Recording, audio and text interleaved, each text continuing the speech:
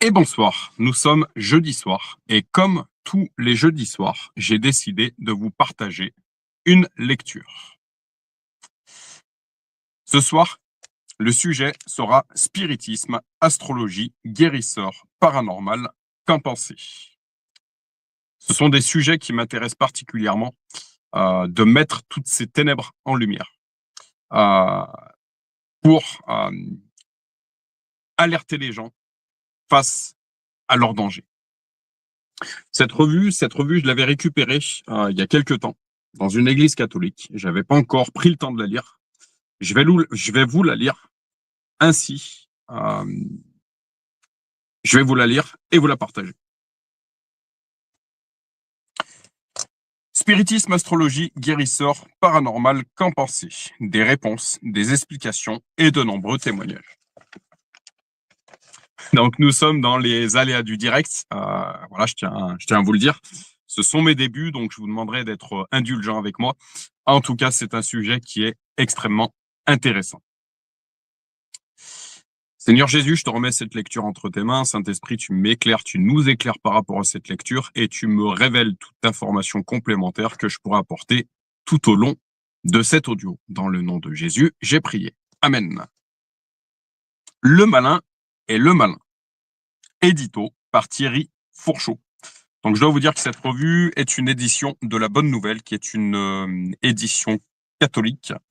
Voilà, je ne suis pas ni pour ni contre le catholicisme et surtout, je suis contre cette guerre d'étiquette. Je suis avant tout un adorateur du Seigneur Jésus. Voilà. Comme j'aime dire, des gens bien, il y en a de partout, et des gens moins bien, il y en a de partout aussi. Des belles âmes, il y en a de partout, et des âmes occultes, il y en a de partout aussi. Voilà, on doit juste rappeler une chose, c'est qu'il y a un seul intermédiaire entre Dieu et les hommes, Jésus-Christ fait homme. Voilà, donc notre seul Seigneur et Sauveur, notre seul ticket pour l'éternité se trouve en Jésus-Christ. Le malin et le malin, édito par Thierry Fourchot. Une mauvaise surprise. Dernièrement, avec Jean, mon petit-fils, j'ai été au rayon des livres enfants d'un hypermarché, et là, quelle ne fut pas ma surprise.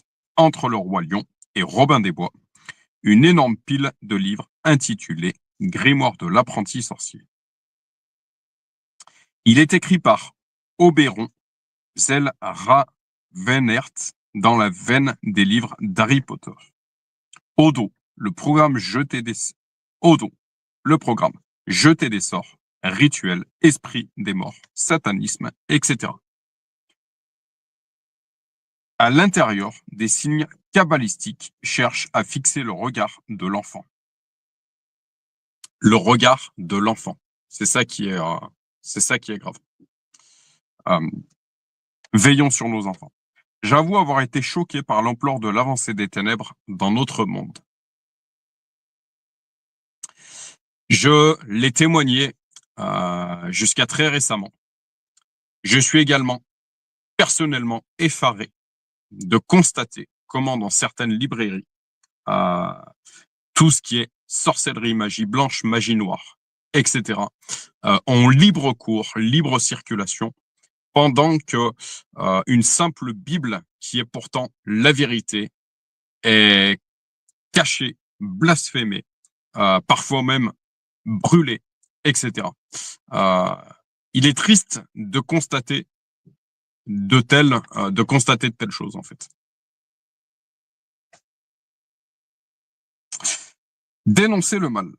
La plus grande ruse du diable, c'est de faire croire qu'il n'existe pas ou qu'il est partout, créant ainsi un climat de peur. La plus grande ruse du diable, c'est de faire croire qu'il n'existe pas ou qu'il est partout. Il est clair que nous devons faire attention de ne pas voir le diable de partout, mais il est réel. Tout ça est réel. Ce combat spirituel est réel. L'occultisme est quelque chose de réel. La sorcellerie est quelque chose de réel. Ces pratiques occultes sont réelles. et nous devons les dénoncer.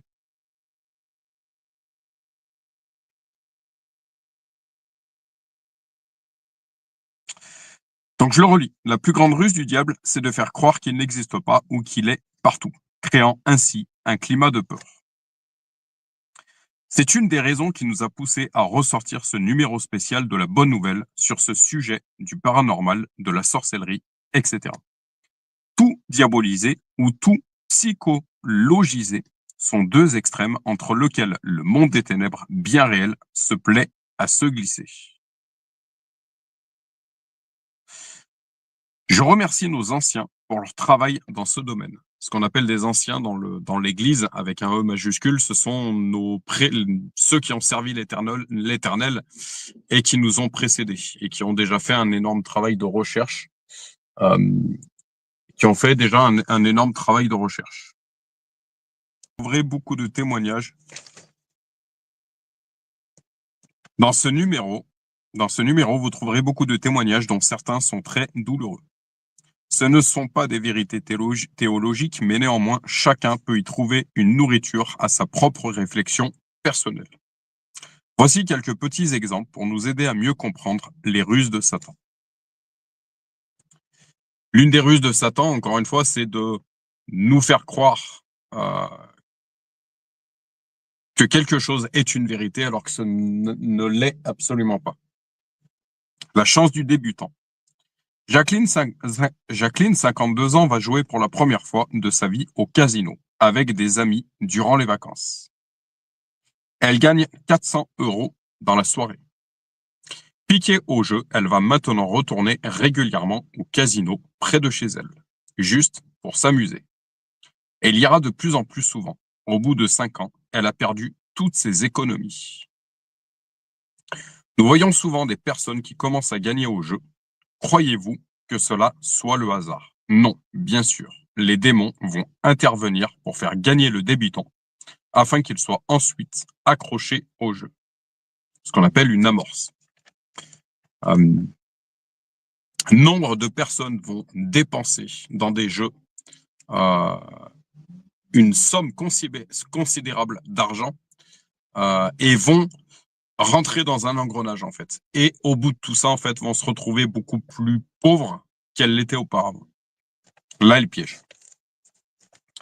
Dire le vrai pour ensuite faire passer les choses fausses. Geneviève est bouleversée. Pour la première fois de sa vie, elle est allée consulter un voyant, sans qu'elle ne lui dise rien. Celui-ci lui raconte son passé et toute son histoire, son mari, ses enfants, sa jeunesse, ses parents, etc. Elle est subjuguée par cet homme. Elle retournera le voir souvent pour en savoir davantage. Finalement, elle va coucher avec lui et détruire son foyer. Toute seule, au bout d'un an, elle fait une dépression et tente de se suicider. Je relis cette partie parce que je suis vraiment sensible à ça en fait. Comment Satan se déguise en ange de lumière et est capable de détruire l'intégralité de notre vie en fait. Veillons aux portes que nous ouvrons dans notre vie. Satan se déguise en ange de lumière, encore une fois. Certaines personnes, certains hommes vont être de véritables princes charmants, vont être des beautés incarnées. Pareil pour les femmes, mais la parole nous dit discerner tout esprit pour savoir s'il vient de Dieu. Une personne peut être lumineuse extérieurement, mais est-ce qu'on a veillé à ce qui l'occupe intérieurement est tout autant lumineux? Je relis ce passage. Dire le vrai pour ensuite faire passer les choses fausses. Geneviève est bouleversée. Pour la première fois de sa vie, elle est allée consulter un voyant, sans qu'elle ne lui dise rien. Celui-ci lui raconte son passé et toute son histoire, son mari, ses enfants, sa jeunesse, ses parents. Elle est subjuguée par cet homme. N'oublions pas qu'on appelle Satan le prince des menteurs également. Elle est subjuguée par cet homme. Elle retournera le voir souvent pour en savoir davantage. Finalement, elle va coucher avec lui et détruire son foyer. Toute seule, au bout d'un an, elle fait une dépression et tente de se suicider. Voilà jusqu'où peuvent nous mener l'ouverture de certaines portes qui ne sont pas Dieu, jusqu'au suicide. Veillez, soyez sobre, l'adversaire, le diable, cherche qu'il peut dévorer, détruire. C'est une réalité. La petite voix, j'ai un témoignage en ce qui me concerne personnel d'un homme qui a vu sa femme complètement détournée par un professeur de yoga qui, visiblement, faudrait que je vous confirme la chose, visiblement est marié avec, a été marié avec plusieurs femmes et a eu plusieurs enfants avec plusieurs femmes. Ce qui a valu à cet homme la séparation avec sa femme. La petite voix dans ma tête. Voici une lettre reçue dernièrement. Ce jour, une personne initiée qui prie sous la directive d'une voix qu'elle entend dans son oreille gauche me conseille de moins prier comme je le fais dans mes journées.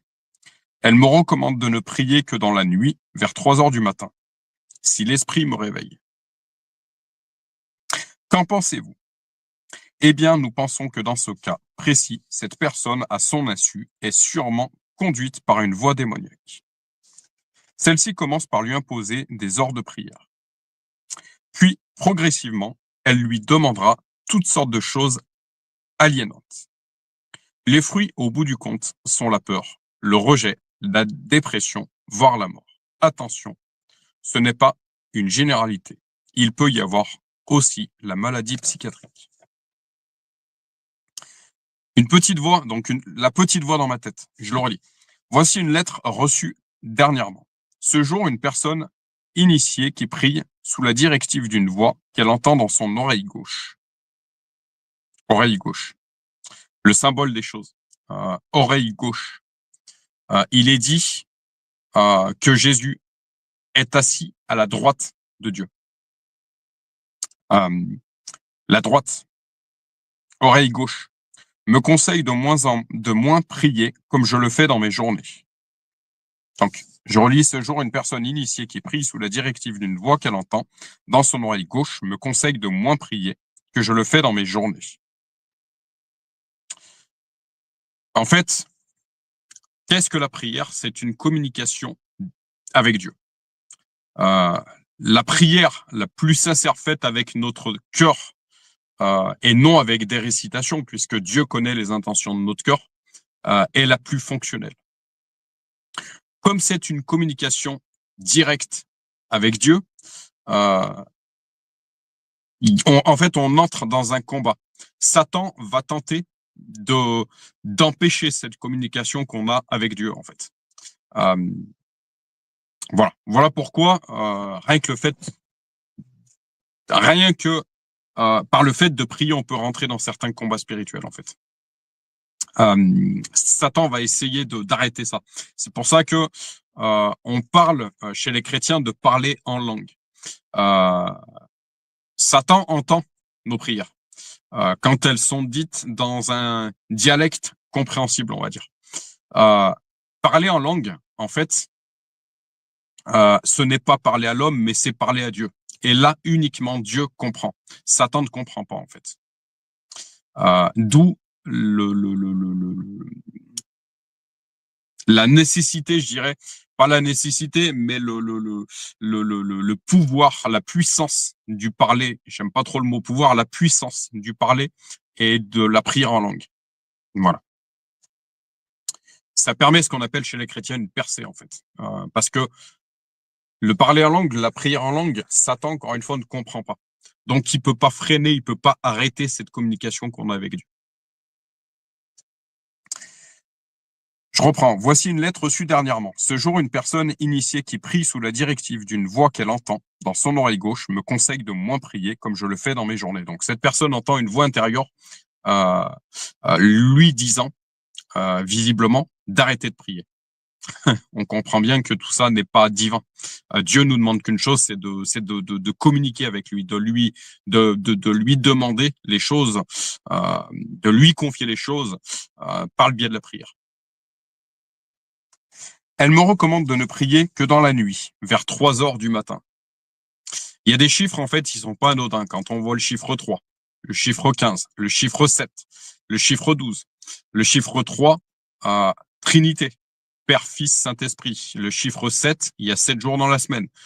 Dieu a travaillé 6 jours, il s'est reposé le 7e jour. Le chiffre 12, midi, minuit, Jésus avait 12 disciples. Ce qu'on appellerait peut-être quelque part la synchronicité. Voilà, il y a des chiffres, encore une fois, qui ne sont pas anodins. J'ai pu constater de mon côté que nombre d'églises sont situées, même les adresses ne sont pas un hasard. Nombre d'églises sont situées en face d'un numéro d'adresse numéro 3, numéro 7, j'ai pu le constater de mon côté. Donc, elle me recommande de ne prier que dans la nuit vers 3 heures du matin si l'esprit me réveille. Qu'en pensez-vous? Eh bien, nous pensons que dans ce cas précis, cette personne, à son insu, est sûrement conduite par une voix démoniaque. Dans ce cas-là, il faut faire ce qu'on appelle une prière de délivrance. Celle-ci commence par lui imposer des ordres de prière. Puis, progressivement, elle lui demandera toutes sortes de choses aliénantes. Satan cherche notre captivité. Jésus, Dieu cherche notre délivrance. Les fruits, au bout du compte, sont la peur, le rejet. Donc les fruits de cet événement, les fruits de cette voix qui lui demande d'arrêter de prier, qui lui demande, voilà, qui cherche à l'aliéner. Quelles sont les conséquences de tout ça? Donc les fruits, au bout du compte, sont la peur, le rejet, la dépression, voire la mort. En effet, certaines aliénations, certaines choses aliénantes, comme il est écrit ici, certaines chaînes, certaines portes ouvertes à l'adversaire peuvent mener jusqu'à la mort. Et c'est là où on doit alerter. Jésus, c'est la vie. Satan, c'est la mort. Comme j'aime dire aujourd'hui à certaines personnes, Satan te déteste, mais Jésus t'aime d'un amour profond, sans limite et sans attente de retour. Attention, également ce que cet écrit met en garde. Attention, ce n'est pas une généralité. En fait, cette voix, enfin ces choses ne sont pas démoniaques dans la généralité. Ça peut être également, comme il est écrit ici, ça peut être également une maladie psychiatrique. Cela dit, moi je dirais, parce que pour toute personne qui connaît mon témoignage, bien sûr que les psychiatres, les psychologues ont leur utilité. Bien sûr que dans une situation critique, quand une personne est en danger, on ne peut pas rester sans rien faire. Elle ne peut pas rester sans rien faire. Ce serait même, ce serait pas sage d'ailleurs. Mais je dirais que si la psychiatrie, la psychologie, il existe d'ailleurs des psychiatres et des psychologues chrétiens, si la psychologie, la psychiatrie renouait avec cette réalité qu'est la spiritualité, le monde visible existe, le monde invisible existe tout autant. Mais si la psychiatrie, la psychologie renouait avec cette réalité qu'est ce monde spirituel, il ferait encore bien plus de miracles. Je dirais que il ferait bien plus de miracles. Ça, c'est une certitude. Je dirais que l'antidépresseur, encore une fois, dans une situation critique, peut et a son utilité. Mais il devrait être pris de manière temporaire. Et je dirais que l'antidépresseur permet à de nombreuses personnes de mettre un terme à la situation critique dans laquelle il se trouve. Mais elle doit être accompagnée par tout un tas d'autres choses, en fait. Et je dirais que, pour rester prudent, sage dans ce que je vous dis ici, je dirais que l'antidépresseur permet aux personnes se trouvant dans une situation dangereuse, avec des idées noires, avec d'étouffer ces idées noires, d'arrêter, de stopper des idées peut-être suicidaires. Je ne suis pas psychologue, je ne suis pas psychiatre. Il serait intéressant d'avoir une conversation un jour avec un psychiatre, un psychologue chrétien. Mais je ne pense pas, personnellement, que l'antidépresseur règle le problème en profondeur. Il l'étouffe, certainement, il l'arrête et il l'empêche, il l'annule, il met des limites à ce problème-là, mais je ne pense pas qu'il le règle dans sa profondeur.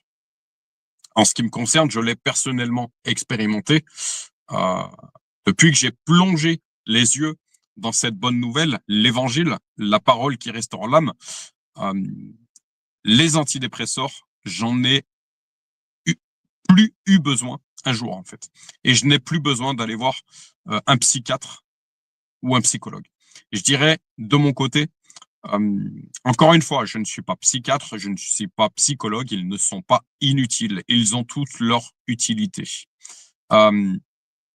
Mais là où l'homme est limité, Dieu est illimité. Et Jésus est venu me sauver la vie au milieu de tout ça. Voilà ce que je dirais aujourd'hui. Est venu me sauver au milieu de mes problèmes. Mais, encore une fois, heureusement que j'ai eu tout un tas de personnes bienveillantes qui m'ont aidé dans les moments les plus critiques, et notamment des psychologues et des psychiatres. Mais mon véritable Seigneur et Sauveur, c'est Jésus-Christ. Diviser pour mieux régner. Une femme heureuse en ménage va se faire lire et analyser son thème astral. On lui annonce qu'elle va divorcer d'ici 3 ans. Encore une fois, chiffre 3, d'ici 3 ans. À mesure qu'approche la date fatidique, cette personne qui aimait pourtant toujours son mari vit difficilement son lien conjugal. Inconsciemment, elle se serait jetée dans les bras de n'importe quel homme pour que son thème astral ait raison. Entre parenthèses, témoignage donné par le père J.M. Verland sur CD Audio, Mission Saint-Paul à Nantes. Donc je relis cette partie-là. Une femme heureuse en ménage va se faire lire et analyser son thème astral. On lui annonce qu'elle va divorcer d'ici 3 ans. À mesure qu'approche la date fatidique, cette personne qui aimait pourtant toujours son mari vit difficilement son lien conjugal. Le danger de tout ça, en fait, c'est de donner raison, c'est de croire des choses qui ne sont absolument pas de Dieu. Aujourd'hui, on est dans un monde, en fait, où on dit tout et surtout n'importe quoi. Voilà. Encore une fois, éprouver tout esprit pour savoir s'il vient de Dieu. Est-ce que cette personne à qui que j'écoute est divine, est de Dieu, ou ne l'est pas? C'est soit l'un, soit l'autre. Attention de ne pas donner foi à tout et n'importe quoi. Là où certaines personnes de ce monde mal intentionnées nous pousseraient au divorce, lui, Dieu, dans sa parole, il est dit dans sa parole, vous ne commettrez point d'adultère. Ça fait partie des lois spirituelles. Et Dieu, là où l'homme est limité, encore une fois, Dieu est illimité. Je dirais que Dieu est capable de restaurer n'importe quel mariage. Voilà, il suffit de le chercher premièrement Dieu, le royaume de Dieu et sa justice, et tout le reste vous sera donné par-dessus tout. Je me permets d'en parler parce que je l'ai personnellement expérimenté. Dieu est capable de restaurer n'importe quel mariage. Donc, je relis cette partie. Une femme heureuse en ménage va se faire lire et analyser son thème astral. On lui annonce qu'elle va divorcer d'ici 3 ans. À mesure qu'approche la date fatidique, cette personne qui aimait pourtant toujours son mari vit difficilement son lien conjugal. En fait, cette personne a tellement, euh, a tellement foi en fait en cette prophétie de malheur euh, qu'elle l'installe inconsciemment dans son l'installe inconsciemment en elle et y croit tellement fermement qu'elle va elle-même déclencher ce divorce en fait. Inconsciemment, donc c'est ce qui est écrit ici, inconsciemment, elle se serait jetée dans les bras de n'importe quel homme pour que son thème astral ait raison. Elle croyait tellement en cette prophétie astrale qu'elle était capable de faire tout et n'importe quoi pour donner raison en fait à cette prophétie de malheur. Là est le danger. Le découragement. Alors que j'ai écrit cet article, donc c'est Thierry Fourchot qui a écrit ça, alors que faudrait que j'aille voir qui est ce fameux Thierry Fourchot. Alors que j'ai écrit cet article, mon ordinateur s'est bloqué sans raison pour me faire perdre l'intégralité de mon travail. Et oui, effectivement, ça va jusqu'à là. Le combat va jusqu'à là. Le combat spirituel va jusqu'à là. Satan est capable de brouiller les sources, les ondes, comme on dit. Je pourrais me décourager devant l'article à refaire, mais c'est un combat d'ordre spirituel. Je le relis, c'est un combat d'ordre spirituel. Alors j'ai dû faire une prière de libération et mon ordinateur est reparti. De la même façon, je n'ai toujours pas reçu un courrier important par la poste alors qu'il est posté depuis plus d'une semaine. Mon graveur a grillé sans raison à la mise en route de ce travail et je n'ai plus de ligne de téléphone depuis hier. Face à ce genre de situation, il est important, sans se décourager, de rester paisible et dans l'action de grâce. Effectivement, l'adversaire, quand on va se lever face à certaines vérités, il va faire en sorte, il va essayer de brouiller les sources, comme on a pu le lire ici, il va essayer pour éviter que cette vérité jaillisse, en fait. Nous, en tant qu'enfants de Dieu, à partir du moment que nous sommes véritablement nés de nouveau, que le Saint-Esprit est en nous, nous avons la puissance.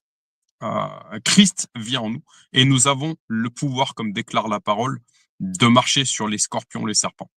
Et on ne doit certainement pas tomber dans la peur face aux différentes attaques de l'adversaire. Aucunement. Attention à l'horoscope. Jacques, 42 ans, marié, 3 enfants, entend chaque matin à 8h55, l'horoscope sur Radio Nostalgie, en allant au travail. Il n'y prête pas attention, car il n'y croit pas.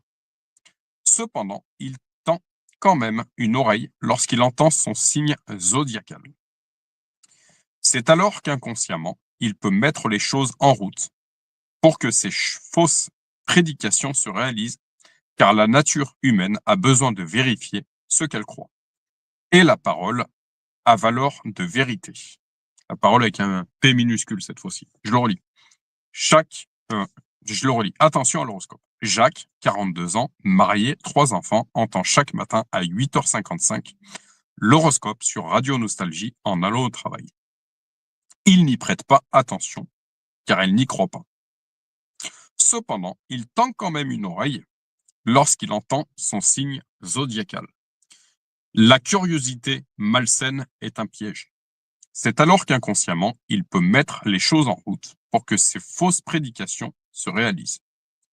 Car la nature humaine a besoin de vérifier ce qu'elle croit. Et la parole a valeur de vérité. La parole avec un P minuscule. Attention à quoi nous faisons foi. C'est une porte ouverte également. Je relis une phrase. C'est alors qu'inconsciemment, il peut mettre les choses en route pour que ces fausses prédications se réalisent. Je relis cette phrase. Inconsciemment, il peut mettre les choses en route pour que ces fausses prédications se réalisent. En fait, l'image que je fais, c'est que notre âme, en gros, elle est au milieu de notre tête. Tout ce qui rentre par nos oreilles, comme dit la parole, toute parole ne sera pas sans effet, autant de façon négative que de façon positive. C'est-à-dire, attention à ce à quoi nous écoutons. Aujourd'hui, moi, de mon côté, j'ai un réflexe. À chaque fois que j'ai la radio dans la voiture, que j'entends les informations, je baisse le volume. Parce que je ne veux certainement pas me laisser déstabiliser. Je ne veux certainement pas laisser la crainte s'installer en moi par des mauvaises nouvelles. On se rend bien compte qu'aujourd'hui, les médias, les informations, la télé, la radio ont une fâcheuse tendance, c'est à toujours relayer les mauvaises nouvelles. Il y a un but derrière tout ça. Le hasard n'existe pas. Il y a un but derrière tout ça, en fait. On a pu le voir avec chacun ses positions par rapport à ça, mais on a pu particulièrement l'observer avec cette fameuse crise Covid, où des gens ont sombré dans la psychose. Je peux vous le témoigner parce que j'ai moi-même sombré dans la psychose jusqu'à un moment où j'ai fait certaines recherches. Et je me suis rendu compte que ce qui était prêché par les médias mainstream n'était pas forcément la vérité. Voilà. Donc vraiment, l'image que je voulais vous refaire, c'est notre âme se trouve, l'image au milieu de notre tête, tout ce qui rentre par nos oreilles, tout ce qui rentre par nos yeux, c'est-à-dire que tout ce que nous regardons, nous pouvons parler de pornographie, nous pouvons parler de toutes ces scènes de violence, nous pouvons parler de tout ça, a un impact sur notre âme. Et je pense que nous mesurons pas assez combien ça a un impact. Combien ces images ou ces paroles ou ces pensées négatives, nous devons également apprendre à chasser ces pensées négatives, ont un impact si nous n'y prenons pas garde. Je relis cette phrase par rapport à ce que je vous dis sur le fait qu'une simple pensée négative peut avoir un impact si on ne la chasse pas immédiatement de notre tête. Je relis cette phrase qui est ici. C'est alors qu'inconsciemment, il peut mettre, donc cet homme qui a tendu l'oreille sur cet horoscope, c'est alors inconsciemment, il peut mettre les choses en route pour que ces fausses prédictions se réalisent. Cette pensée, en fait, c'est un peu, quand on dit que la parole ne reste pas sans effet, c'est-à-dire que cette chose dont il a tendu l'oreille, qui est venue s'installer dans son inconscient, en fait, ça a été une porte ouverte. En fait, est venu déclencher le malheur dans sa vie, en fait. On parle de malédiction.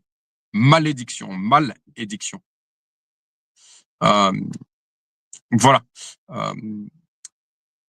Maudire, etc. Le sens des mots, encore une fois. Le sens des mots. Donc, on doit vraiment faire attention à ce sur quoi on écoute et ce sur quoi on regarde. Encore une fois, la curiosité malsaine est un piège de l'adversaire.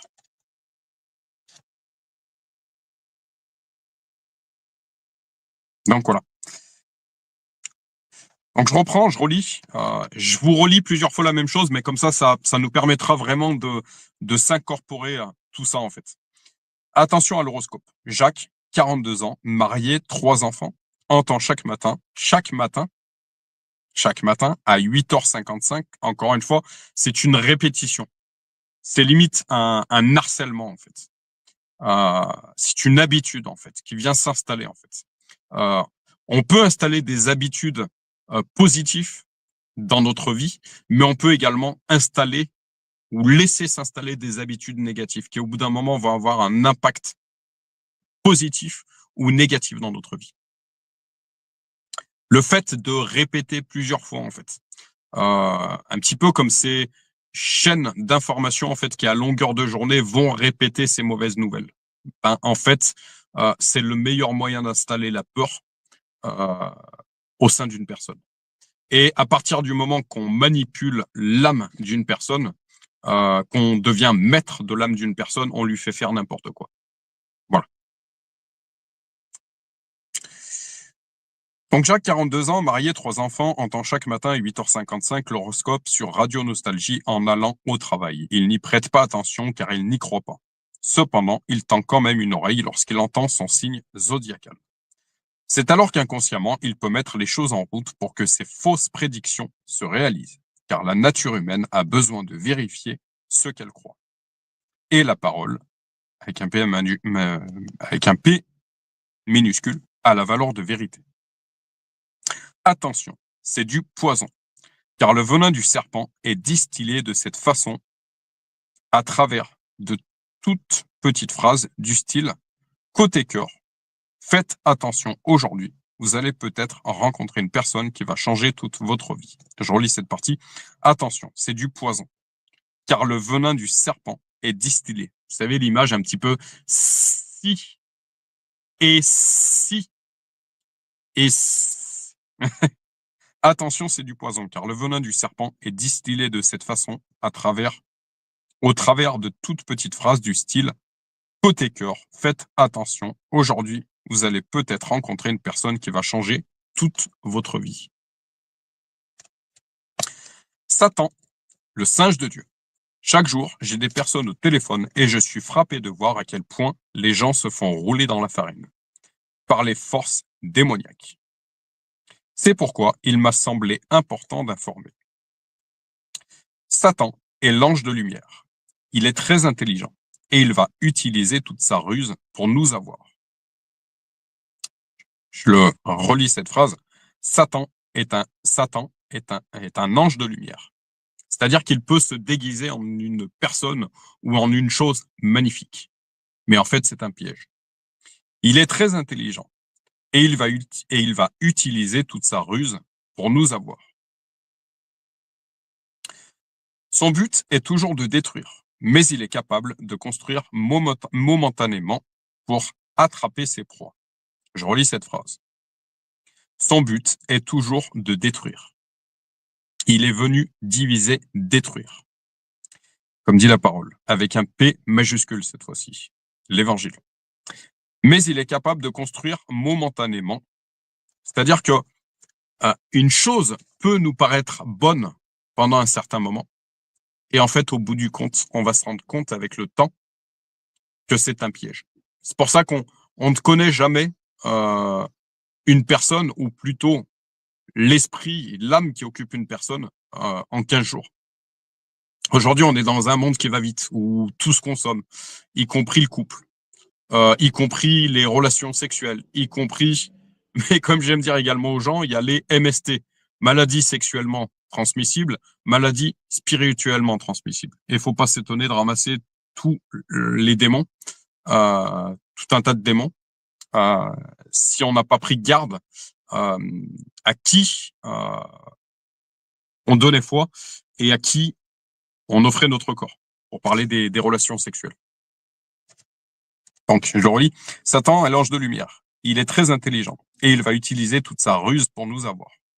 Son but est toujours de détruire, mais il est capable de construire momentanément pour attraper ses proies. C'est un piège. Comme pour Ève, le serpent va séduire et déformer la réalité. Je le relis. Comme pour Ève, le serpent va séduire et déformer la réalité. Le père tardif dit que Satan est le singe de Dieu. Le père tardif dit que Satan est le singe de Dieu. Il copie Dieu à merveille. Dieu fait des miracles, Satan fait des prodiges. Dieu guérit, Satan guérit, etc. Mais pour recevoir les cadeaux de Satan, il faut toujours ensuite en payer le prix fort. Alors qu'avec Dieu, tout est gratuit. Nombre de médecines parallèles qui font payer justement le prix fort pour guérir certaines personnes. Et le piège de l'adversaire, c'est de guérir d'un côté pour ensuite causer la destruction ailleurs. C'est-à-dire qu'on peut demander la guérison pour une partie de notre corps et en fait, on va se rendre compte plus tard que en fait, c'est en train de détruire une autre partie de notre corps. Un petit peu comme certains médicaments qui vont guérir certains symptômes, mais qui vont aller détruire d'autres parties de notre corps. Le foie, par exemple, etc.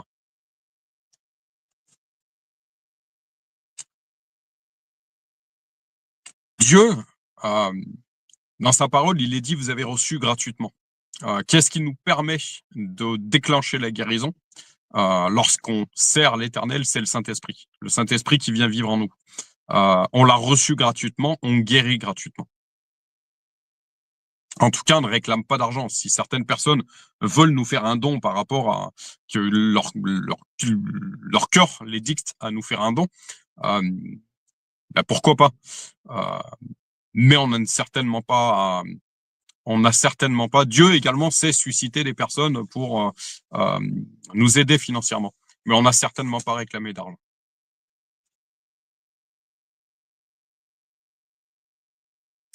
Donc, mais pour recevoir, je le redis, pour recevoir les cadeaux de Satan, il faut toujours ensuite en payer le prix fort, alors qu'avec Dieu, tout est gratuit. Rappelons-nous son dialogue avec Jésus dans le désert. Il est le tentateur. Il lui promet la puissance, la force. Soyons vigilants. Il fera pareil avec chacun de nous. Soyons des amoureux de la Bible pour toujours lui répondre du tac au tac, par le glaive de la parole qui libère. Et surtout, restons fixés sur Jésus. Je relis. Soyons vigilants. Veillez, soyez sobres. L'adversaire, le diable, cherche qu'il peut dévorer, tuer. Il fera pareil, donc Satan fera pareil avec chacun de nous. Soyons des amoureux de la Bible pour toujours lui répondre du tac au tac. Quand Satan est venu tenter Jésus, Jésus lui a dit, il est écrit, il est écrit, il est écrit. Ce qu'on appelle l'épée de l'esprit. L'épée de l'esprit, l'épée tranchante qui permet de discerner, le Saint-Esprit qui permet de discerner entre ce qui est de Dieu et ce qui ne l'est pas. Soyons des amoureux de la Bible pour toujours lui répondre du tac au tac, par le glaive de la parole qui libère. Jean 8, 32, vous connaîtrez la vérité vous affranchira. Et surtout, restons fixés sur Jésus. Donc ce numéro, Thierry Fourchot qui écrit ce numéro de la bonne nouvelle est riche d'enseignements à faire circuler. Que Dieu nous bénisse. Ben, c'est justement ce que je fais, je le fais circuler. Ce numéro de la bonne nouvelle, il y a des noms propres pour toute personne qui chercherait le nom propre, certains noms propres qui auront été cités dans ce live. Il s'agit du numéro de la bonne nouvelle. Je vais vous donner quelques informations. C'est le numéro 144. Et sa date d'édition, je la cherche en quelques secondes. L'éditeur de la bonne nouvelle est 8 rue Roger Lévy à Saint-Bazeille, en France. Voilà. Tac. Est-ce que j'ai l'information sur la date d'édition? En tout cas, c'est le numéro 144. Je ne trouve pas sa date d'édition, mais je vous la remets en photo. Tac. Il s'agit de cette édition-là. Voilà. Et vous voyez, on a déjà énormément à dire. Donc, on fera plusieurs lives sur ce sujet-là, concernant ce fascicule. Parce que j'aime bien compléter tout ça avec mes compréhensions personnelles. J'aime bien. Voilà. Et en fait, le combat spirituel est une chose qui me passionne particulièrement parce que, comme j'aime dire, j'ai un tracé de vie particulier. J'ai déjà essuyé quelques épreuves. Je suis passé par des choses occultes avant d'arriver au Seigneur.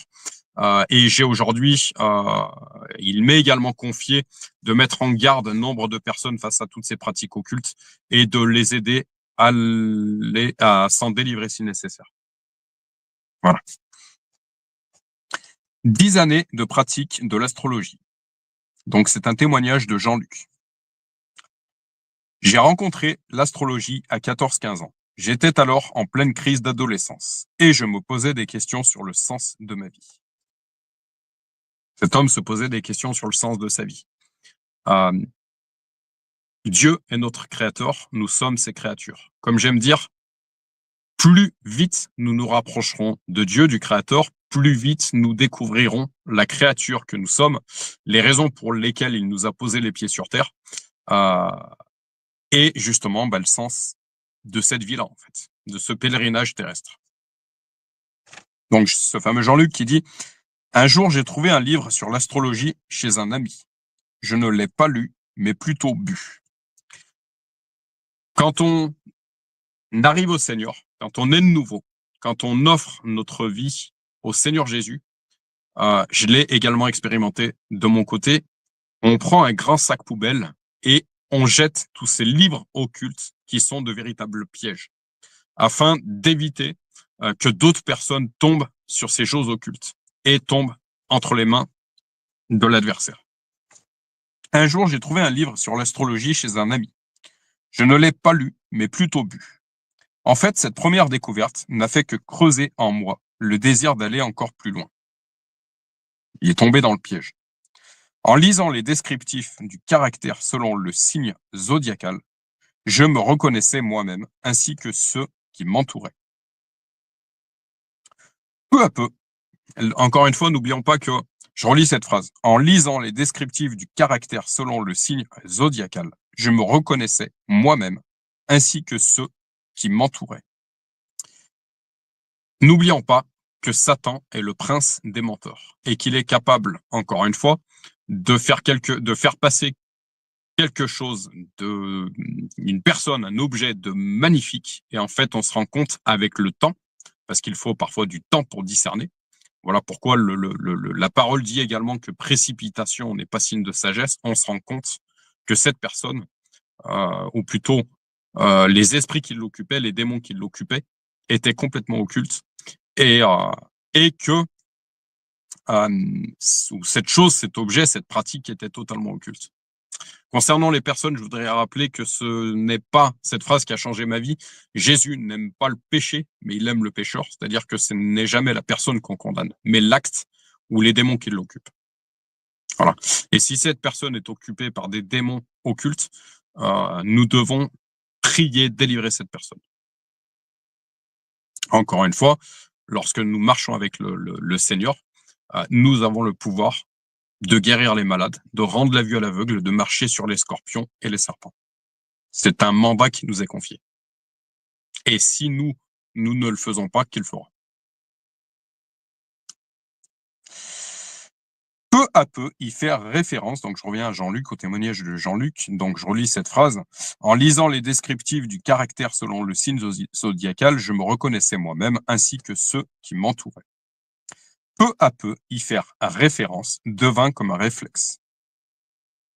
Peu à peu, donc avec le temps, encore une fois, le fait de répéter quelque chose, le fait en fait, la répétition, autant du côté positif que du côté négatif, déclenche quelque chose, installe quelque chose. Peu à peu, y faire référence devint comme un réflexe. Quand on se donne profondément à cette pratique, le sens des mots profondément à cette pratique, il semble que cela développe en nous des facultés divinatoires. Ouh là là, le piège. Peu à peu, y faire référence devint comme un réflexe. Peu à peu, y faire référence devint comme un réflexe. Quand on se donne profondément à cette pratique, il semble que cela développe en nous des facultés divinatoires.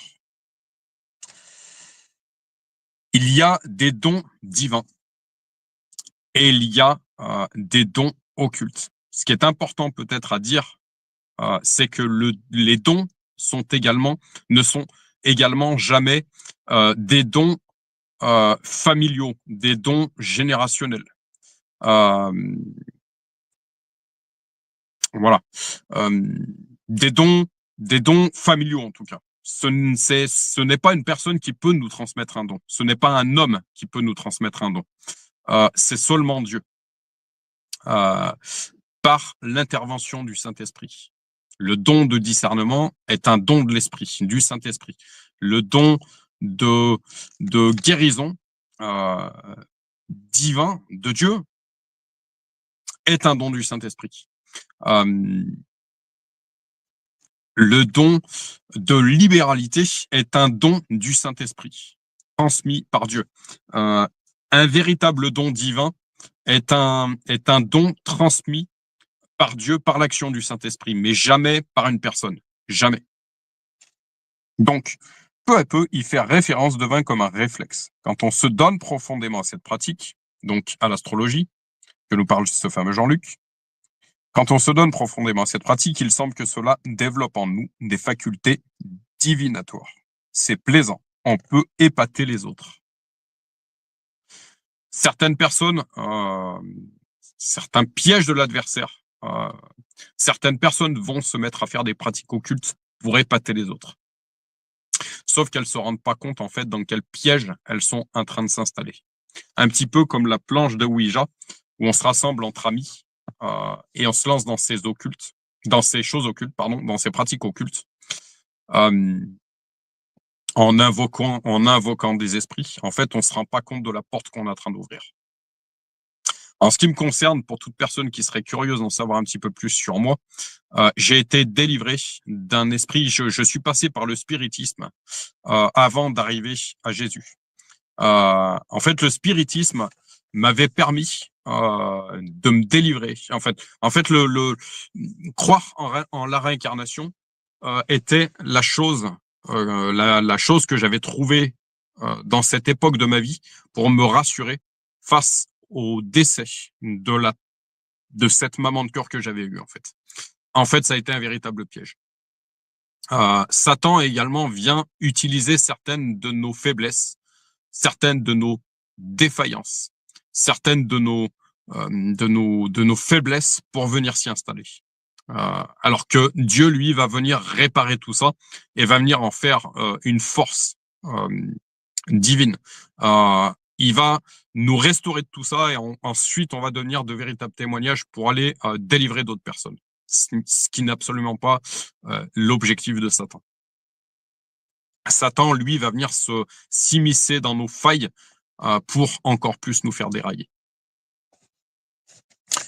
Quand voilà, je répéterai peut-être plusieurs fois mon témoignage dans donc le spiritisme, cette supercherie qu'est la réincarnation. On n'a qu'une seule vie sur Terre, et ensuite une vie éternelle qu'on passera soit dans la lumière, soit dans les ténèbres, selon les actes qu'on aura posés ici-bas, mais également voilà, selon les actes qu'on aura posés ici-bas. Et si on a reconnu Jésus comme notre Seigneur et Sauveur, tout en sachant qu'on peut le faire jusqu'à notre jusqu'à notre dernier souffle, mais le faire le plus rapidement possible, c'est gagner du temps. Mais voilà, tout ça pour dire que la réincarnation est une supercherie. Je le répète, la réincarnation est une supercherie. C'est un mensonge de l'adversaire. Quand j'ai été délivré donc ce fameux jour, un évangéliste qui a plus de 30 ans, 40 ans de ministère a prié pour moi. Ce jour, il a prié 3 fois pour moi. Et en fait, parce que je sentais que tout un tas de choses devaient sortir de ma personne, en fait. Et quand il a prié pour moi, en fait, j'ai senti tout un tas de choses monter au niveau de ma tête. Sauf que ce fameux jour, j'ai entendu de façon complètement audible une voix me dire tu peux tout quitter. Donc intérieurement, cette voix me dire tu peux tout quitter sauf moi. J'ai rappelé cette fameuse personne, ce fameux évangéliste, et je lui ai demandé de prier à nouveau pour moi. J'ai été délivré de cet esprit de spiritisme. En fait, le Saint-Esprit m'a révélé que c'était cet esprit il me semble que le Saint-Esprit m'a révélé que c'était cet esprit de spiritisme qui avait tenté de résister en moi, en fait, qui m'avait dit tu peux tout quitter sauf moi. Il avait tenté de résister et de rester à l'intérieur de moi. J'ai à nouveau appelé cet évangéliste qui a à nouveau prié, donc la 3e fois pour moi. Je lui ai expliqué voilà ce que j'ai vécu. Est-ce que tu peux à nouveau prier pour moi? Quand il a prié pour moi, je me suis retrouvé avec un mal de tête comme j'avais jamais eu. Et depuis ce jour-là, depuis que j'ai été délivré de ce démon, de cet esprit occulte, j'ai vu tout un tas de pans, de facettes de ma vie qui étaient liées, se délier. Ce verset biblique qui dit ce qui sera délié sur terre sera délié dans les cieux. Encore une fois, visible, invisible, ces deux réalités sont réelles. Et ce qui sera lié dans les cieux sera lié sur terre. Ce qui sera lié sur terre sera lié dans les cieux. Voilà. Jésus, lui, demande qu'une chose. Jésus demande qu'une chose, c'est briser toutes les chaînes qui nous retiennent dans la captivité. Voilà, ce qui n'est absolument pas l'objectif de Satan, qui lui veut nous garder sous sa coupe, sous son emprise. Voilà. J'en étais. C'est plaisant, donc c'était ce don divinatoire, ce don occulte divinatoire dont nous parle Jean-Luc. C'est plaisant, on peut épater les autres. On a l'impression d'avoir un don. Je relis cette phrase, on a l'impression d'avoir un don. Certains miracles, je fais attention à mes mots, certaines manifestations sont de Dieu. Certaines manifestations ne sont absolument pas de Dieu. Elles sont du diable. Et c'est là où on doit vraiment discerner. Voilà. Et qu'est-ce qui nous permet de discerner? Ce Saint-Esprit, quand il vient en nous, en fait, cette épée de l'Esprit qui permet de trancher, en fait, entre ça, c'est de Dieu, ça ne l'est pas. Voilà. Astrologie, une pseudo-science. Après avoir passé mon baccalauréat, donc ce fameux Jean-Luc qui parle, une pseudo-science. Après avoir passé mon baccalauréat, je suis parti étudier dans une autre ville. Je me suis alors retrouvé face au vide que je portais en moi depuis des années. Ce vide, même dans la nature, il n'existe pas. On a l'impression, en fait, que qu'est-ce que sont les lieux célestes? En fait, c'est tout ce qui est autour de nous. On a parfois peut-être l'impression que on pourrait l'appeler le ciel, on pourrait l'appeler cet environnement qui gravite autour de nous. On a peut-être l'impression qu'il est vide. En fait, il est chargé d'informations. Je suis sûr que vous êtes comme moi, vous êtes des êtres à penser. Vous pensez tout comme moi, tout au long de la journée. Et je suis sûr que vous êtes déjà dit, mais cette pensée qui me vient en tête, en fait, elle est pas lumineuse et elle est absolument pas de moi. Je sais pas pourquoi je pense ça, en fait. C'est une preuve que, comme j'aime dire aux gens, une pensée, on ne la touche pas, on peut pas la contenir dans un récipient, dans quelque chose. Ça prouve bien qu'en fait, ça prouve bien en fait la réalité du fait que c'est pas parce qu'une chose ne se voit pas qu'elle n'existe pas en fait. Qu'est-ce que les lieux célestes en fait? C'est tout cet environnement qui gravite autour de nous, qui semble vide et en fait qui est en fait complètement plein d'informations, qui est chargé d'informations en fait.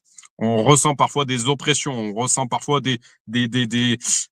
voilà, c'est tout ça est réalité en fait. Et je relis cette phrase, après avoir passé mon baccalauréat, donc ce fameux Jean-Luc, qui dit, après avoir passé mon baccalauréat, je suis parti étudier dans une autre ville. Je me suis alors retrouvé face au vide. Tout vide doit être comblé. Et il est comblé soit par des choses divines de Dieu, soit par des choses occultes. Voilà, mais c'est soit l'un, soit l'autre. Il n'y a pas 36 options, il y en a deux. C'est soit divin, soit satanique, en fait. Et si on n'est pas rempli de Dieu, alors on est rempli de choses qui ne sont pas de Dieu. D'où la nécessité de chercher premièrement le royaume de Dieu, sa justice, et tout le reste vous sera donné par-dessus tout. En fait, on doit prendre position, se positionner, et à quel camp je veux appartenir. Mais la question qu'on doit se poser suite à ça, à quel camp je veux appartenir, mais également une question extrêmement importante, où est-ce que je veux passer mon éternité? Dans la lumière ou dans les ténèbres? Il me semble avoir lu ces derniers temps que le dernier acte posé ici-bas, en fait, conditionne où est-ce qu'on va passer notre éternité. Si ce dernier acte était un acte de mal, alors on peut se poser la question. Si le dernier acte était un acte de bien, d'amour, de bienveillance, je pense qu'on peut être beaucoup plus rassuré, en fait. Voilà. D'où la nécessité de se positionner et de se mettre du côté du camp de la lumière le plus rapidement possible. Parce qu'on a également un libre arbitre et on a également notre part de responsabilité. Comme Comme j'aime dire aux gens, Jésus est un gentleman. En fait, il nous force en rien. Il demande qu'une chose. Lui, de son côté, demande qu'une chose, c'est qu'on lui ouvre notre cœur. La parole dit, je vous donnerai un cœur de chair au lieu d'un cœur de pierre. En fait, il ne demande qu'une chose, c'est qu'on lui ouvre notre cœur. Mais il ne nous forcera jamais. C'est à nous de prendre cette décision. C'est pour ça que du côté catholique, baptiser des enfants de 2 ans, je ne le conçois pas en fait, parce qu'un enfant de 2 ans, il est conscient de quoi en fait. Je dirais pas grand-chose en fait. Le véritable baptême, reconnaître Jésus comme notre Seigneur et Sauveur, doit être un véritable désir de notre part en fait, de combler justement ce vide qu'on ressent peut-être parfois, de quelque chose, de combler ce vide par quelque chose de divin, peut-être de chasser toutes ces choses occultes qui, suite à ça, suite à la délivrance, va créer un vide et d'immédiatement le remplacer par quelque chose de divin. C'est pour ça que la parole dit également que quand nous sommes délivrés de certains mauvais esprits, de certains démons, nous devons immédiatement le remplacer par la vérité avec un V majuscule, par la parole, par l'évangile, par Dieu, parce que sinon, ce vide, une fois la délivrance faite, sera à nouveau comblé par cet esprit plus méchant, en fait. C'est-à-dire que si on a eu une vie avant d'être chrétien, comme j'aime dire, si on a eu une vie avant de vouloir reconnaître Jésus comme notre Seigneur et Sauveur, lorsqu'on vit la délivrance, on doit immédiatement immédiatement se remplir de Dieu, ne jamais lâcher sa main, donc prier pour ça, persévérer dans sa parole, et ne surtout plus jamais ouvrir de porte à l'adversaire, parce que la condition de l'homme qui a été délivré, l'homme avec un H majuscule délivré, serait encore pire que la condition dans laquelle il était auparavant. Je continue la lecture. Et vous voyez, j'ai énormément de choses à vous dire. Et c'est finalement, je me rends compte même en faisant ce live de mon côté que j'ai énormément de choses à vous dire et que prendre l'appui d'une lecture peut développer également une multitude de choses, d'idées qui viennent se raccorder à tout ça. Voilà, de compléments d'information. Je vous demanderai encore une fois d'être indulgent parce que c'est ma toute première vidéo, ma toute première lecture, en tout cas. Et c'est jamais simple d'être seul face à cette lecture. Mais heureusement, le Saint-Esprit est là. Donc, après avoir passé mon baccalauréat, je suis parti, donc ce fameux Jean-Luc, encore une fois, qui nous parle de son expérience de l'astrologie. Je vais essayer d'avancer un petit peu.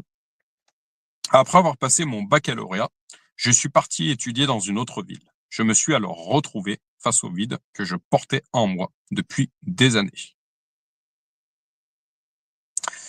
À ce moment-là, je m'initiais à l'astrologie chinoise.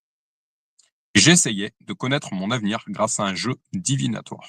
Un jeu divinatoire. Il y a des jeux qui ne sont absolument pas des jeux, il y a des jeux qui sont dangereux.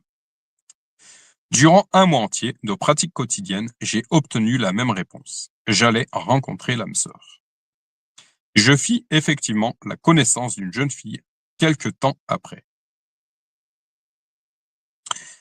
En peu de temps, nous vivions ensemble, mais je n'étais toujours pas heureux.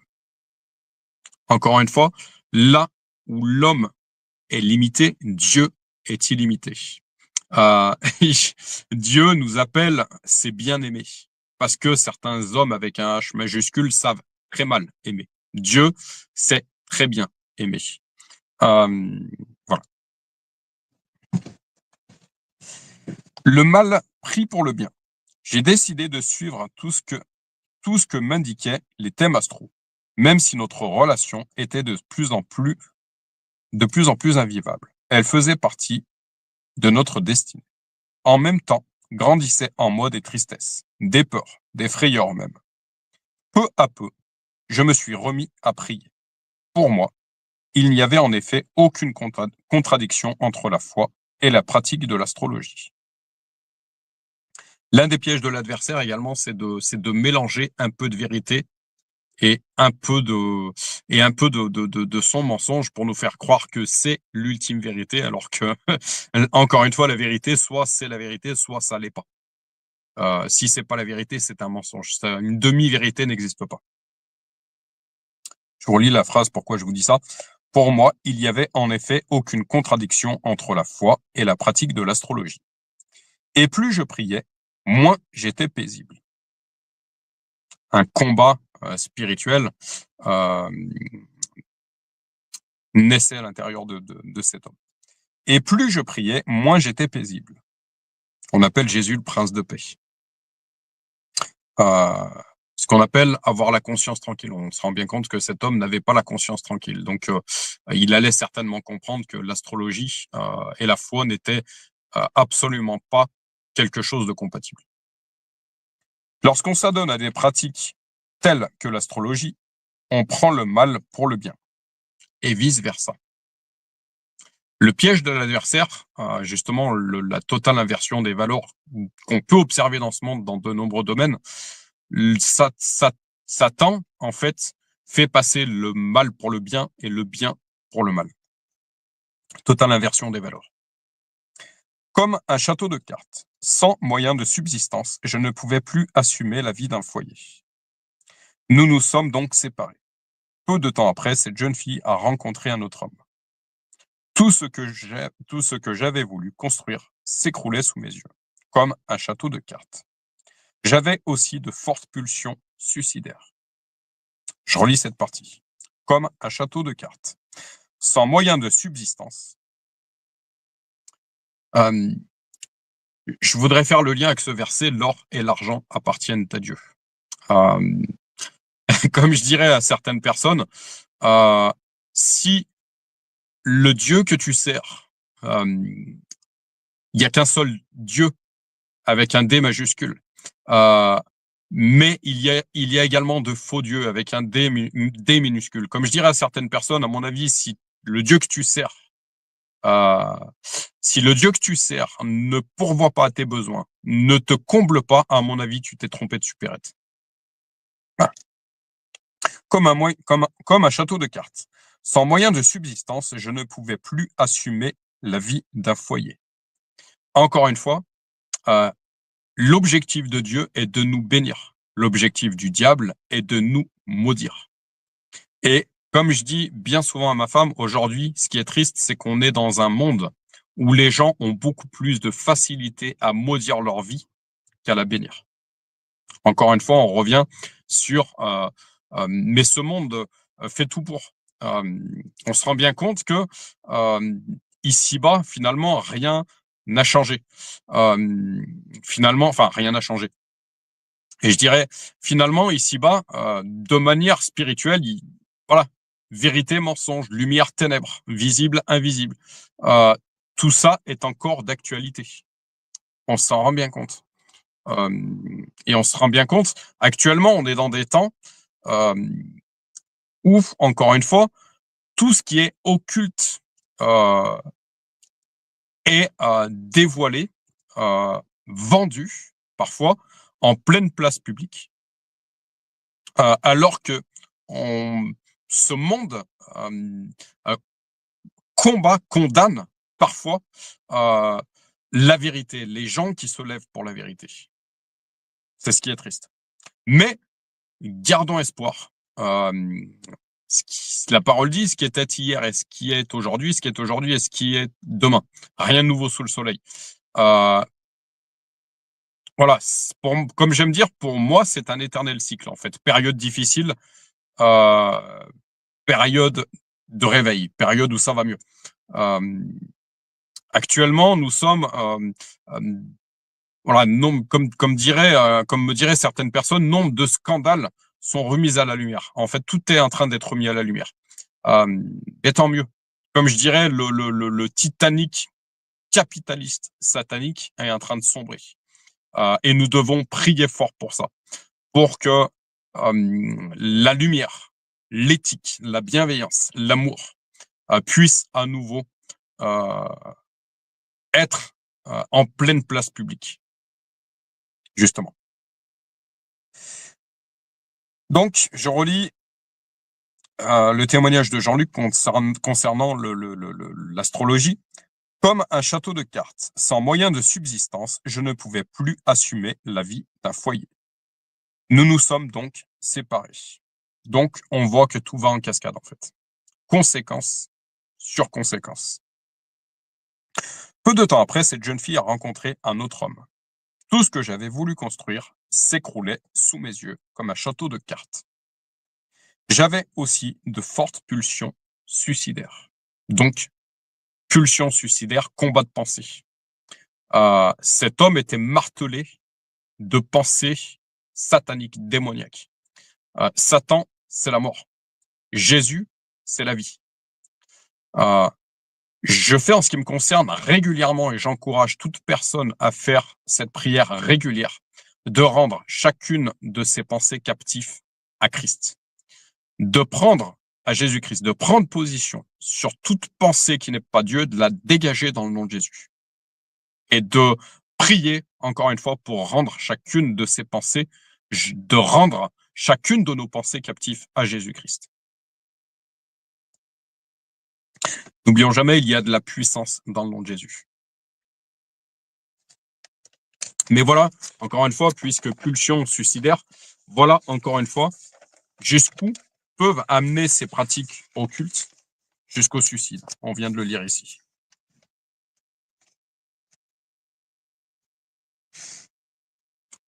Et si tu revenais vers Jésus?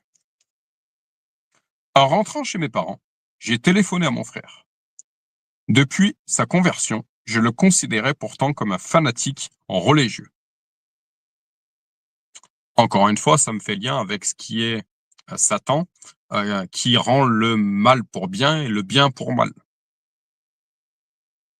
En rentrant chez mes parents, j'ai téléphoné à mon frère depuis sa conversion. Je le considérais pourtant comme un fanatique religieux.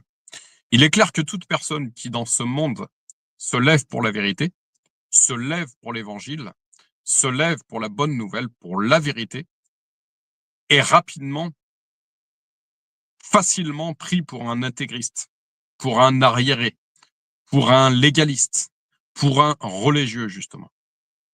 En ce qui me concerne de mon côté, j'avais du mal à comprendre, comme j'aime dire, j'ai eu une vie avant d'être chrétien, j'avais du mal à comprendre pourquoi l'Église disait qu'il ne fallait surtout pas coucher avant le mariage. En fait, tout simplement, ça permet de prendre le temps, précipitation n'est pas signe de sagesse, ça permet de prendre le temps de faire connaissance de la personne, ou encore plutôt, ou plutôt, encore une fois, l'âme qui occupe cette personne. Nous sommes des êtres spirituels avant d'être des êtres charnels. Ça permet de prendre le temps de faire connaissance avec la personne de l'âme avec qui nous voulons partager notre corps, à qui nous voulons offrir notre corps.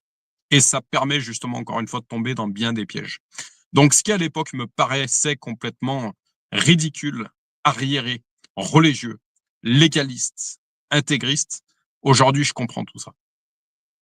Encore plus dans un monde où le divorce est facilité, où les sites de rencontres sataniques se multiplient, où les supercheries se multiplient, où les pièges de l'adversaire se multiplient. Je le comprends d'autant plus, et nous devons l'expliquer à nos jeunes. Ça tombera, ça évitera justement à de nombreuses personnes de tomber dans des pièges. Mais ce jour-là, j'ai été poussé, donc Jean-Luc, mais ce jour-là, j'ai été poussé à l'appeler. Je me suis mise à transpirer. J'étais comme dans un état second, au bout du fil. Mais je relis cette phrase, mais ce jour-là, j'ai été poussé à l'appeler. Poussé à l'appeler. Quand on dit Seigneur, que ta volonté soit faite, pas la mienne, la tienne. Également, faire cette prière régulière. Père, que ta volonté soit faite. Pas la mienne, la tienne. Parce qu'il est dit dans la parole que Dieu a un plan parfait pour chacun de ses enfants, qu'il avait préétabli d'avance.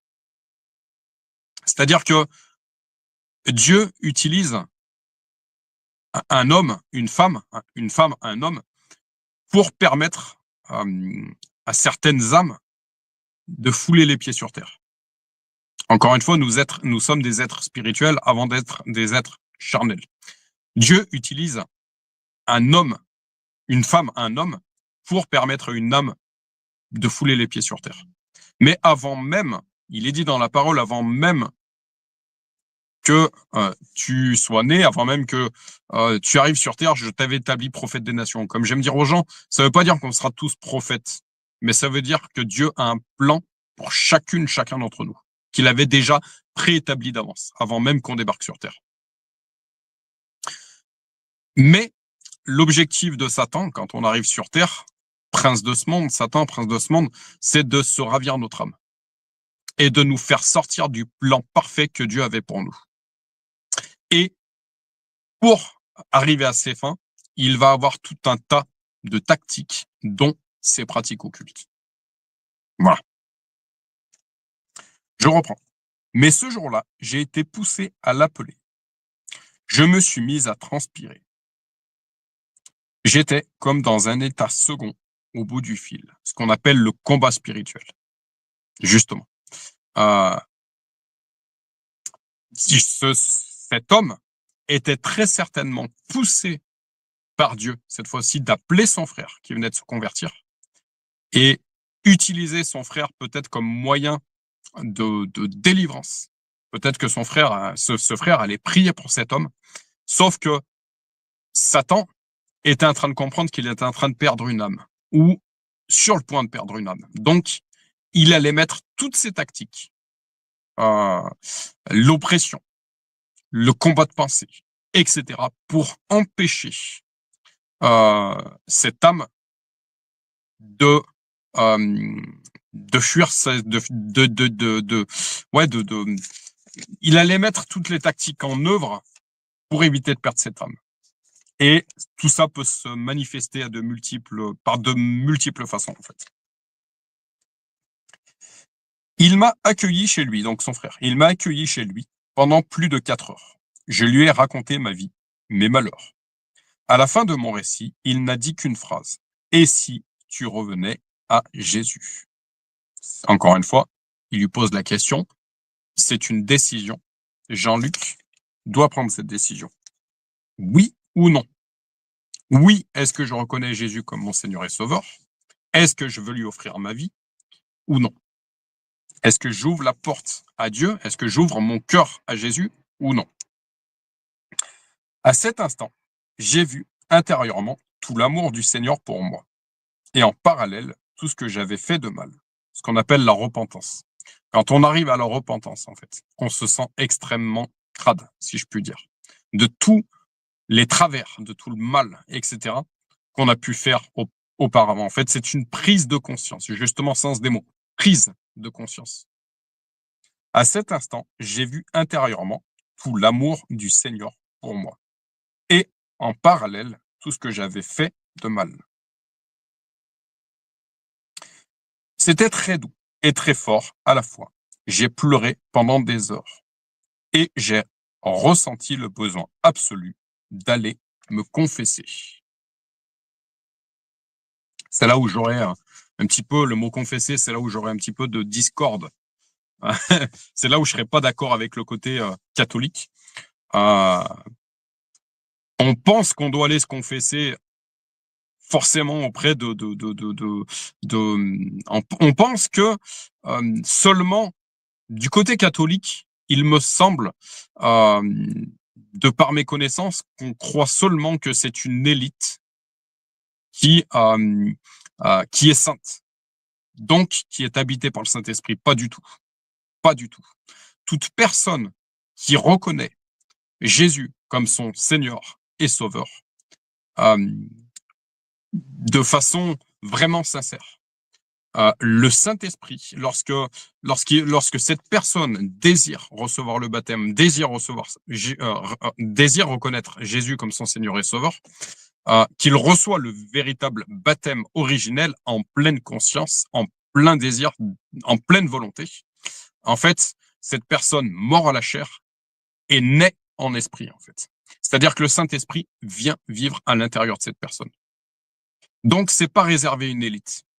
Tout enfant de Dieu, véritablement né de nouveau, donc encore une fois, mort à la chair et né en esprit, euh, est habité par le Saint-Esprit. Et donc a le don de guérir, a le don de délivrer, a le don, peut avoir le don de prophétie, peut avoir le don de parole de connaissance, a le don de discernement, a le don de prêcher, a le don de d'écrire, a le don, voilà.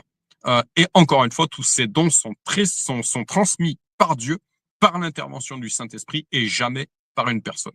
Jamais. Si un jour une personne vous appelle et vous dit, tiens, je peux te transmettre ce don, surtout vous lui dites non. Vous lui dites non, parce que ce n'est pas de Dieu. Voilà. Donc je relis cette partie. Il m'a accueilli chez lui pendant plus de 4 heures. Je lui ai raconté ma vie, mes malheurs. À la fin de mon récit, il n'a dit qu'une phrase. Et si tu revenais à Jésus? À cet instant, j'ai vu intérieurement tout l'amour du Seigneur pour moi, et en parallèle, tout ce que j'avais fait de mal. C'était très doux et très fort à la fois. J'ai pleuré pendant des heures. Cet homme, Jean-Luc, a pleuré pendant des heures. En fait, ce qu'on appelle le don des larmes chez les chrétiens. En fait, comme me diraient certaines personnes, les yeux sont la fenêtre de l'âme, sont le reflet de l'âme. Qu'est-ce que ces pleurs, en fait? C'est le nettoyage de l'âme, en fait. Le don des larmes, c'est le nettoyage de l'âme. C'est une libération. C'est une preuve que cette personne a été touchée par le Saint-Esprit, a été touchée. C'est une preuve de communion mystique, réelle avec l'Éternel. Voilà, c'est un signe, le don des larmes. Donc j'ai pleuré pendant des heures et j'ai ressenti le besoin absolu d'aller me confesser. Donc en fait, cet homme, il a juste une chose à faire. Si son frère est véritablement né de nouveau, et je pense que la manifestation qui se passe ici est une preuve, Jean-Luc n'a pas besoin d'aller se confesser forcément à un prêtre. Voilà, c'est pas un système pyramidal en fait. Encore une fois, Jésus qui disait à ses disciples, vous ferez des choses encore plus grandes que moi. On a cette capacité, donc il suffit que ce fameux Jean-Luc se confie à son frère, il a la capacité de le délivrer, de prier dans le nom de Jésus pour le délivrer, pour briser les chaînes, pour prendre position sur tout démon, sur toute chose qui ne serait pas Dieu et les dégager de son frère dans le nom de Jésus. Il a la faculté de le faire. Voilà. Mon péché m'insupportait. Immédiatement après, j'ai brûlé tous mes livres d'astrologie. Encore une fois, quand nous prenons conscience, quand le Saint-Esprit vient vivre en nous, vient à l'intérieur de nous, en fait, quand nous vivons cette expérience, quand le Saint-Esprit vient prendre le contrôle de notre personne, en fait. Pourquoi Jésus dit, je suis venu rendre la vue à l'aveugle. En fait, les écailles des yeux tombent. On ne peut pas voir avec la chair ce qu'on voit avec l'esprit. C'est-à-dire qu'à partir du moment qu'on est de nouveau, que le Saint-Esprit vient prendre le contrôle de notre vie, que Christ vit en nous, en fait, on se met à voir des choses qu'on ne voyait pas auparavant. On se met à voir des choses qu'on ne voyait pas auparavant et que la chair ne peut pas comprendre. Qu'une multitude de personnes qui gravitent autour de nous, qui sont dans la chair, ne pourront pas comprendre, ne pourront pas voir. Parce que ces choses ne se voient qu'avec l'esprit et ne se voient pas avec la chair. Voilà pourquoi Jean-Luc, suite à cette expérience, suite à cette rencontre avec Jésus, suite à pour moi, il a été touché par le Saint-Esprit, en fait, dans cette histoire. Voilà pourquoi il se met à voir que cette repentance, en fait, il prend conscience que toutes ces choses ne sont absolument pas de Dieu, sont mauvaises. Il va voir, en fait, ces livres, en fait, qui sont sur ses étagères, il va prendre un sac poubelle, il va balancer tout ça. Je l'ai personnellement expérimenté et je continue de l'expérimenter. Voilà. Je reprends. Mon péché m'insupportait. Immédiatement après, j'ai brûlé tous mes livres d'astrologie. La Vierge Marie m'a beaucoup aidé. C'est là où, encore une fois, je ne serais pas forcément d'accord avec les catholiques. adorer la Vierge Marie, c'est pour moi de l'idolâtrie. Voilà. Il n'y a qu'un seul, c'est écrit dans la parole, il n'y a qu'un seul intermédiaire entre Dieu et l'homme, Jésus-Christ. Voilà. Il n'y a qu'une seule personne qu'on doit prier, c'est Jésus. Il n'y a qu'une seule personne qu'on doit adorer, c'est Jésus. On peut avoir un profond respect pour Marie, et que Dieu m'entende, j'ai un profond respect pour Marie, parce que Marie est la femme que Dieu a utilisée surnaturellement, de manière mystique, pour permettre à Jésus de mettre les pieds sur terre pendant son pèlerinage terrestre. Pour moi, Marie représente toutes les mamans. Toutes les mamans qui ont porté un enfant. Parce que pour une maman, un enfant, ce sont ses entrailles. C'est un être, c'est une âme qui a vécu à l'intérieur de cette personne. Ça a été le cas de Marie. Voilà. Et voilà. Pour moi, Marie est l'exemple de toutes les mamans. Et ouais, l'exemple est la mère de toutes les mères. Voilà. Donc j'ai un profond respect pour elle, mais je ne l'adore pas, je la prie pas. Voilà. La Vierge Marie m'a beaucoup aidé. Au cours d'une retraite, elle m'a fait comprendre jusqu'à quel point j'avais été l'objet du grand illusionniste. Le grand illusionniste, encore une fois, Satan, qui se déguise en ange de lumière. J'ai senti toute la bêtise et toute la vanité de ces pratiques. Quelle vanité! En effet, de prétendre diriger soi-même sa vie sans le Seigneur. Je relis cette phrase. J'ai senti, enfin, je voudrais relire même au-dessus. La Vierge Marie m'a beaucoup aidé. Au cours d'une retraite, elle m'a fait comprendre jusqu'à quel point j'avais été l'objet du grand illusionniste. Celui qui révèle, celui qui convainc de péché, c'est écrit dans la parole, c'est le Saint-Esprit. Celui qui nous montre, c'est le Saint-Esprit. Celui qui nous parle, c'est Dieu par l'intervention du Saint-Esprit. Voilà. J'ai senti toute la bêtise et toute la vanité de ces pratiques. Quelle vanité, en effet, de prétendre diriger soi-même sa vie sans le Seigneur. Encore une fois, Dieu est notre créateur. Nous sommes ses créatures. Comment une créature peut vivre sans son créateur? Nous avons tous à l'intérieur de nous, tous à l'intérieur de nous, une signature de Dieu, je dirais. La purification de mon imagination et de mon intelligence s'est faite, quant à elle, petit à petit. Comme j'aime dire, nous sommes tous en chemin. Nous ne savons pas tout. Et j'ai eu également de mon côté des témoignages d'hommes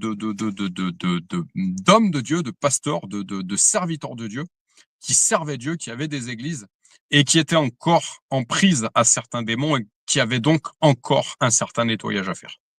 Voilà. Nous devons en être conscients. Le nettoyage se fait petit à petit. C'est pour ça que dans la parole, Dieu dit, il est écrit dans la parole que le Saint-Esprit, Dieu terminera toute bonne œuvre qu'il a commencée. Voilà. Mais c'est de gloire en gloire, d'étape en étape, de palier spirituel en palier spirituel. Tout ne vient pas d'un coup.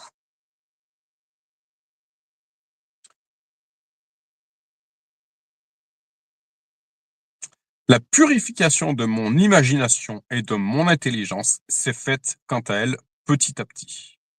En effet, on ne sort pas indemne de 10 années de pratique de l'astrologie. Au plus longtemps on aura traîné dans certaines choses occultes, autant faudra de temps de délivrance, de restauration, de guérison, de régénération, de métanoïa, transformation de pensée. J'ai aussi été guéri de mes frayeurs. À chaque fois qu'une peur m'assaillait, je disais intérieurement, ce n'est pas mon combat. ça va remettre les choses entre les mains de Dieu. Tout en sachant que Dieu, à partir du moment qu'on lui remet les choses, il est souverain sur toute situation. Voilà. À partir de ce moment-là, j'ai retrouvé la paix. Jésus, prince de paix. Il y a un verset, Lévitique 18-29. Vous ne pratiquerez ni incantation, ni astrologie. Je lis les petits carrés que j'ai au milieu. J'ai décidé de suivre tout ce que m'indiquaient les thèmes astro. Donc ça, c'était le début de la vie de Jean-Luc. J'ai décidé de suivre tout ce que m'indiquaient les thèmes astro. En même temps, grandissaient en moi des tristesses, des peurs, des frayeurs même. J'ai décidé de suivre tout ce que m'indiquaient les thèmes astro. Donc voilà, porte ouverte, qui laissait entrer du coup ces démons, qui sont tristesse, peur, frayeur, etc. Une fois que Jean-Luc a refermé la porte, qu'est-ce qu'on lit à la fin? À partir de ce moment-là, j'ai retrouvé la paix.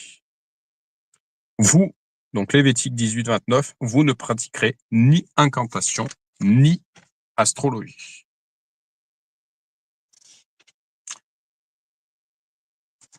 Voilà concernant l'astrologie.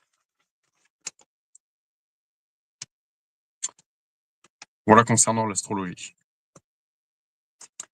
Je vais essayer de vous lire en vitesse l'horoscope, parce que je pense que ça se rejoint. Je vais essayer de faire vite. Monseigneur Alphonse Gauger, évêque d'Oran en Algérie. Un peu partout dans le monde, journaux et revues publient quotidiennement des horoscopes sur lesquels se précipitent pas mal de femmes et d'hommes pour savoir si la chance leur sourit ce jour-là. Les dictionnaires nous apprennent que le mot horoscope vient du grec horoskopos, de aura, or, et de scopéine, regarder. L'horoscope est un tableau basé sur l'observation des astres et des signes du zodiaque, en vue de prédire l'avenir, les événements de la vie. Les horoscopes sont souvent totalement différents les uns des autres, voire en contradiction flagrante entre eux. En ce qui concerne les pronostics plus ou moins optimistes, selon les tendances des rédacteurs et des journaux. Il y a donc horoscope et horoscope. Donc, deux journaux peuvent se contredire dans l'horoscope. Du même jour et de la même date. On voit la supercherie. Et pourtant, on s'arrache certains journaux à cause de leur horoscope. Beaucoup de personnes pourtant intelligentes, intelligence et sagesse. L'intelligence est-elle différente de la sagesse? Voilà, c'est une question que je me pose. Organisent leur vie en fonction de prédictions qui sont censées les concerner. Je relis. Beaucoup de personnes pourtant intelligentes organisent leur vie en fonction de prédictions qui sont censées les concerner. Beaucoup se laissent bercer, pour ne pas dire berner, par les promesses illusoires de leur horoscope. Certains journaux se vendent bien, étant une affaire d'argent. Je relis, étant une affaire d'argent, à cause des horoscopes qu'ils publient. Les quotidiens algériens, cela va de soi, sont également dotés d'horoscopes fort consultés. Dans un contexte social où la crise économique et sécuritaire, ainsi que la malvie, règnent en maîtresse, les horoscopes font rêver, espérer et oublier pour quelques instants les dures réalités de l'existence. On attend un emploi, une maison, une meilleure situation familiale, un partenaire de vie idéal, qui ne déçoit pas le cœur, etc. Parfois, on achète un billet pour gagner le gros lot. Mais ces moments d'évasion et d'euphorie imaginaire ont toujours des lendemains qui désenchantent. Que nous dit Jésus au sujet de l'horoscope, c'est-à-dire du regard sur l'heure? Jésus affirme catégoriquement que nous ne savons pas l'heure de la fin du monde, l'heure de son retour, mais qu'à chaque heure de notre existence, nous devons scruter les signes des temps pour être prêts. Jésus parle aussi de son heure, c'est-à-dire du moment où s'accomplit totalement dans sa mort et sa résurrection l'acte d'amour total et parfait pour le salut du monde. Dans la bouche de Jésus, il est peu question d'heure et de temps. Une affirmation solennelle et prophétique, proférée avant de quitter ses disciples, nous concerne tous. Avant de monter au ciel, Jésus dit « Je suis avec vous jusqu'à la fin des temps ». Matthieu 28, 20. Sur cette promesse formelle de Jésus, l'Église et les croyants peuvent établir leur horoscope journalier jusqu'à la fin de leur vie. Il y a une voyance chrétienne qui n'est pas de la rêverie. Voyance, vraiment. Ni du spiritisme et encore moins du charlatanisme ou de la sorcellerie, mais une simple et solide réalité basée sur la foi en Dieu, qui seul révèle aux hommes qu'ils aiment les mystères du temps et de l'histoire. Jésus veut notre bonheur. Le plus sûr moyen pour l'accueillir, je relis, Jésus veut notre bonheur. Le plus sûr moyen pour l'accueillir et en vivre, c'est de travailler au bonheur des autres. Voilà la spiritualité la plus solide, celle qui ne trompe pas, qui n'égare pas en de vaines illusions spirituelles et éthérées. Si chaque heure de nos jours est au service des pauvres, des malades, des étrangers, des prisonniers, des désespérés, nous entendrons la voix de Jésus. Venez, les bénis de mon Père, recevez en héritage le royaume préparé pour vous depuis la création du monde. Car j'avais faim et vous m'avez donné à manger. Matthieu 25, 31 et 46. Savoir que Jésus est avec nous toujours et partout doit donner à chaque heure de notre existence un parfum de joie, un goût de paix profonde. Avant de mourir, Jésus a prié longuement pour ses amis. Il n'a pas demandé que nous soyons retirés du monde, mais préservés du mal, le péché. Mal, malin. Péché veut dire sorti du but. Et consacrés à la vérité. Jean 17 et Jean 13, 20. Nous sommes dans le monde et nous avons à vivre pleinement, comme lui, je relis. Nous sommes dans le monde et nous avons à vivre pleinement, comme lui, les contingences de notre existence humaine. Travail, fatigue, effort, échec, souffrance, mort, etc. Mais aussi réussite, joie, partager, amitié en attendant cette mort qui sera l'heure où s'ouvrira pour nous la porte pour l'éternité. Là, notre horoscope, regard sur l'heure, s'arrêtera pour toujours sur la vision et la présence aimante de celui qui nous place à sa droite. Je disais tout à l'heure à la droite. Je relis le verset. Je relis cette phrase, pardon. Là, notre horoscope, regard sur l'heure, s'arrêtera pour toujours sur la vision et la présence aimante de celui, Jésus, qui nous place à sa droite. Dieu. Matthieu 28, 29, je vous le répète, je suis avec vous, je suis Jésus, je suis avec vous jusqu'à la fin des temps.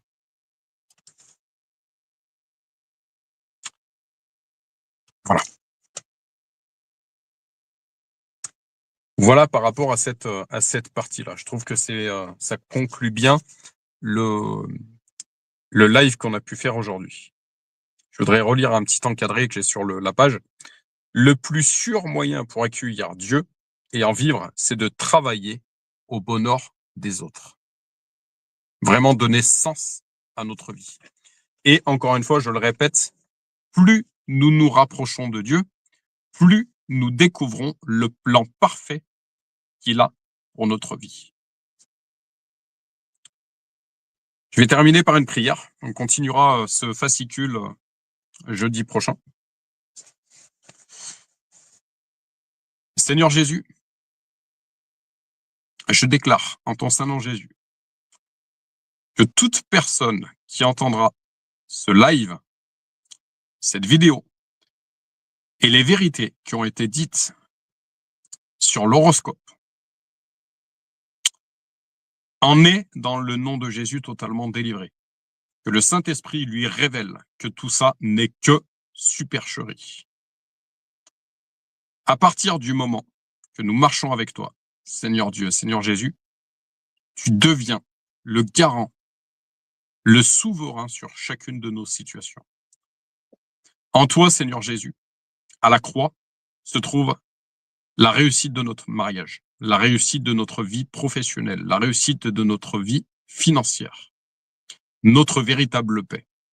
Venez à moi, vous tous qui êtes chargés et fatigués, je vous donnerai du repos. L'or et l'argent appartiennent à Dieu. Cherchez premièrement le royaume de Dieu et sa justice, qui veut dire également justification, être justifié aux yeux de Dieu.